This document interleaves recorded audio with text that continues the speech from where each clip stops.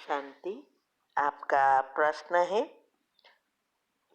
कि मेरे युगल बहुत चिंता में रहते हैं, कुछ बताते नहीं हैं, क्या हुआ है।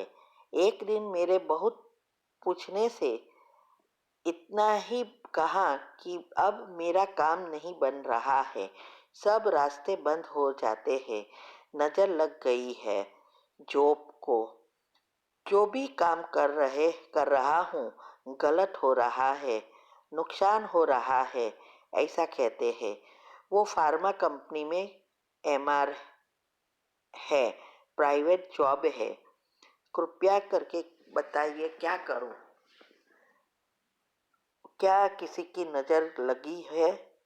उत्तर है, देखो, किसी की नज़र नहीं लगती है। खुद ही अपने संकल्पों से खुद पाप कर्म खींच कर ऐसी परिस्थितियां क्रिएट करते हैं। अभी जो कर्म की गुह्य गति के टॉपिक चल रहे हैं, क्या भाग्य हम बदल सकते हैं, वो चल रहा है। 2 ऑलरेडी गया, आज इस फ्राइडे भी 9 से 10 होगा रात को। आप दोनों अटेंड करना, आपके पति को भी कहना, इससे आप इसको पता चलेगा कि कैसे हम अपना भाग्य बिगाड़ते हैं और सुधारते हैं। तो ये जो नज़र लगने की बात है, वो खुद का ही प्रॉब्लम होता है और कोई ऐसा कर नहीं सकता। कोई हमारा भाग्य ना बनाता है ना बिगाड़ता है। तो ये बात अच्छी रीति पहले तो समझना है। अभी मैंने जॉब और बिजनेस में प्रगति करने के लिए और सारी विधि बताई है।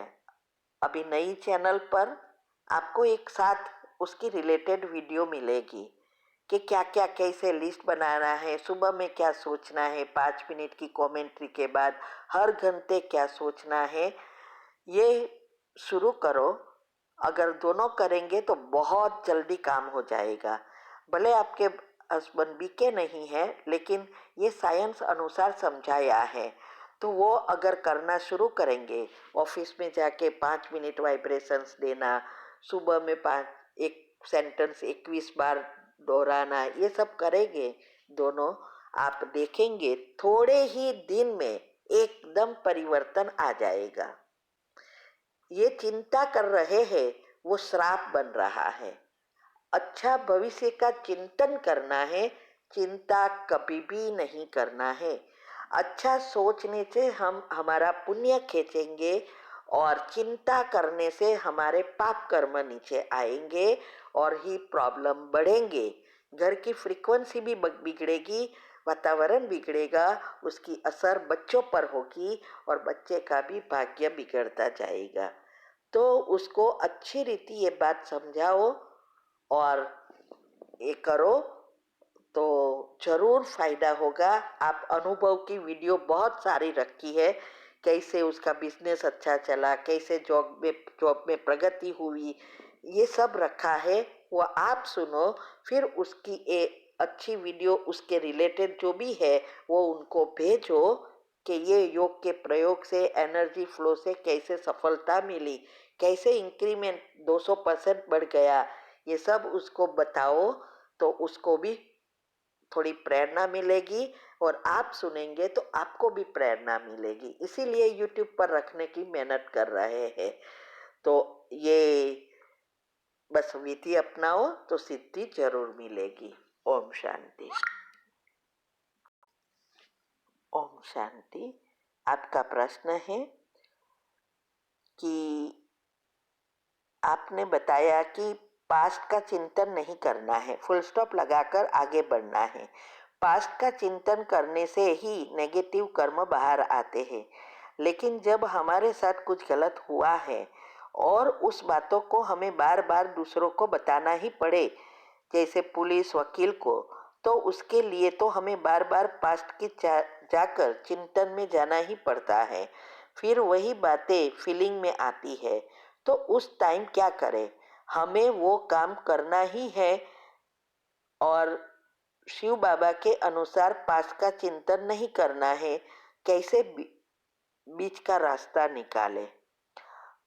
उत्तर है, देखो, एक है किसी को काम के लिए कहकर उसको फुल स्टॉप लगा देना, और दूसरा है हमें उसके गहराई में जाते रहना, फीलिंग में आते रहना।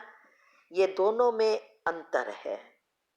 तो फुल स्टॉप लगाने का अर्थ है जब कुछ कुछ भी कहना है कह दो, बस इसे फिर माइंड में नहीं आना चाहिए।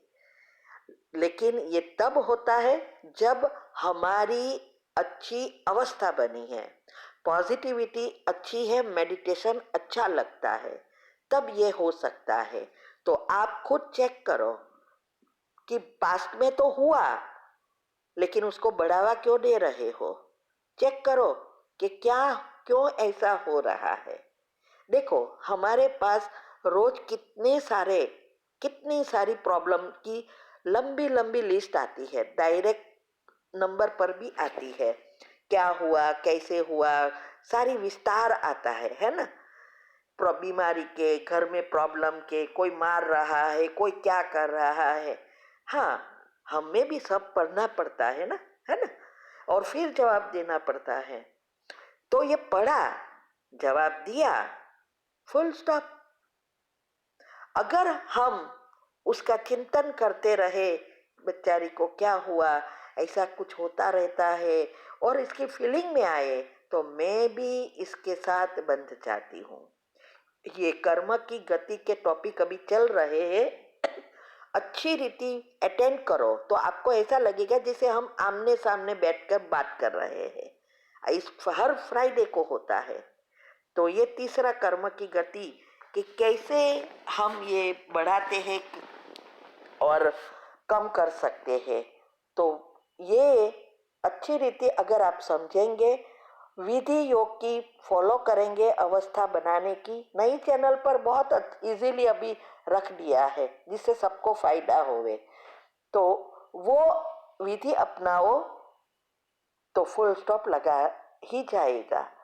यही तो पुरुषार्थ है कि पास्ट का आया वो हमारा पिछला, अभी जो हम वर्तमान में करेंगे वही हमारा भाग्य बन रहा है। तो अभी यही टॉपिक चल रहा है, क्या हम अपना भाग्य बदल सकते हैं। तो इसमें ये सारी बातें आएगी। तो मैंने विधि में सारा कुछ बताया है यूट्यूब पर भी कि आपको क्या चाहिए वो सोचो, कैसे कैंसल करना है वो विधि अपनाओ। ठीक है। ओम शांति। आपका प्रश्न है, मेरे पति को कोल्ड एनर्जी है, हर समय ठंड लग जाती है, उनको उन उनकी आँख उनको पानी से निकालते हैं और खांसी होती है, श्वास लेने भी दिक्कत होती है, क्या करें। अगर आयुर्वेद और योगा सकाश देने से ठीक हो सकता है क्या।